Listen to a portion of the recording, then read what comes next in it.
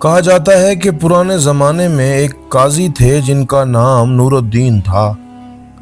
وہ اپنی عقل مندی، سمجھداری اور حکمت کی وجہ سے بہت مشہور تھے، جو اپنے مالکوں اور مظلوموں کے حق میں ہونے والے ظلم کو دور کرنے میں کام آتے تھے۔ اس کے بعد اس نے ایک مقدمہ حل کیا جو بہت ہی کٹھن مقدمہ تھا کہ دو آدمی ایک دوسرے کے پڑوس میں رہتے تھے۔ ان میں سے ایک نیک دل تھا اور دوسرا چلاک، لیکن نیک دل پڑوسی اس بات سے بے خبر تھا کہ اس کا پڑوسی مکار اور دھوکے باز ہے۔ ایک دن چلاک پڑوسی ایک مصیبت میں پڑ گیا۔ اس کے گھر میں کھانے کو کچھ نہیں تھا، تو وہ اپنے پڑوسی کے گھر قرض مانگنے چلا گیا، لیکن وہاں اسے کچھ نہ ملا۔ حالانکہ اس کے پڑوسی کی بیوی نے اسے بتایا کہ اس کا شوہر صبح سے کام پر گیا ہے اور ابھی تک لوٹا نہیں، تو وہ پڑوسی سیدھے اپنے پڑوسی کی طرف اس کے کام پر چل پڑا۔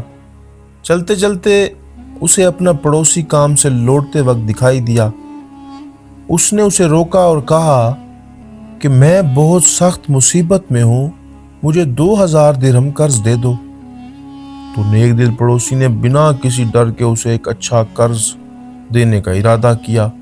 پاس ہی ایک کھجور کا درخت تھا اور نیک دل پڑوسی نے اسے کہا کہ کل انشاءاللہ میں 2000 درہم کا انتظام کر دوں گا، تم سے یہی اس کھجور کے درخت کے پاس ملاقات ہوگی۔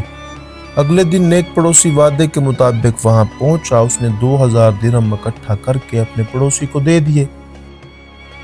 بدقسمت پڑوسی نے کہا میں یہ رقم 3 مہینوں میں لوٹا دوں۔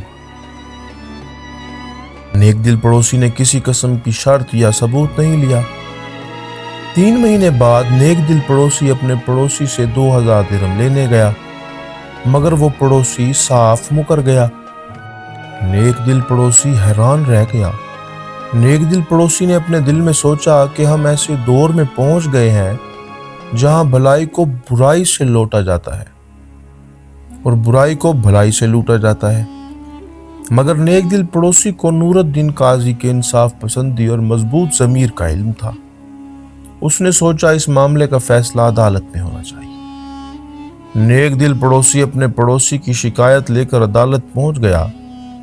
جب اس نے قاضی نور الدین کے سامنے اپنا سارا حال بیان کیا تو قاضی نے اپنے سپاہی کو حکم دیا کہ اس پڑوسی کو بلایا جائے۔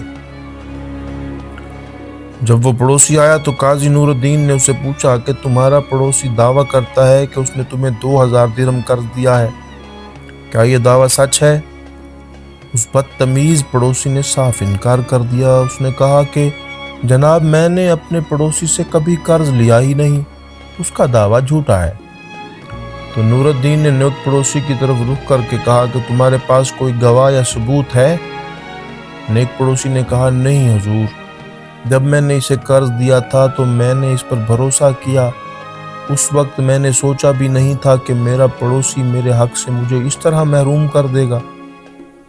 قاضی نور الدین کچھ دیر سوچ میں پڑ گئے کہ اگر تمہاری بات سچ ہے تو جاؤ، جہاں تم نے اسے قرض دیا تھا اسی جگہ سے مٹھی بھر مٹی لے کر آؤ۔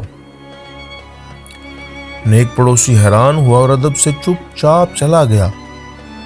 جب دیر ہو گئی تو وہ واپس نہ آیا تو قاضی نور الدین نے اس بد چلن پڑوسی کی طرف دیکھا اور اچانک پوچھا کہ تمہارا پڑوسی اتنی دیر کیوں کر رہا ہے، کیا تم جانتے ہو؟ بنا سوچے سمجھے اس بدتمیز پڑوسی نے جواب دیا جناب وہ جگہ یہاں سے کافی دور ہے۔ قاضی مسکراتے ہوئے بولا کہ پھر یہ کیسے ممکن ہے کہ تم وہ جگہ جانتے ہو اگر تم نے وہاں کبھی قرض لیا ہی نہیں؟ اب صاف ہو گیا کہ تمہارے پڑوسی کا دعویٰ سچ ہے۔ اس طرح قاضی نور الدین نے حقدار کا حق ثابت کیا اور حکم دیا کہ اس قرضدار کو قید کیا جائے جب تک وہ 2000 درہم واپس نہ لوٹا دے۔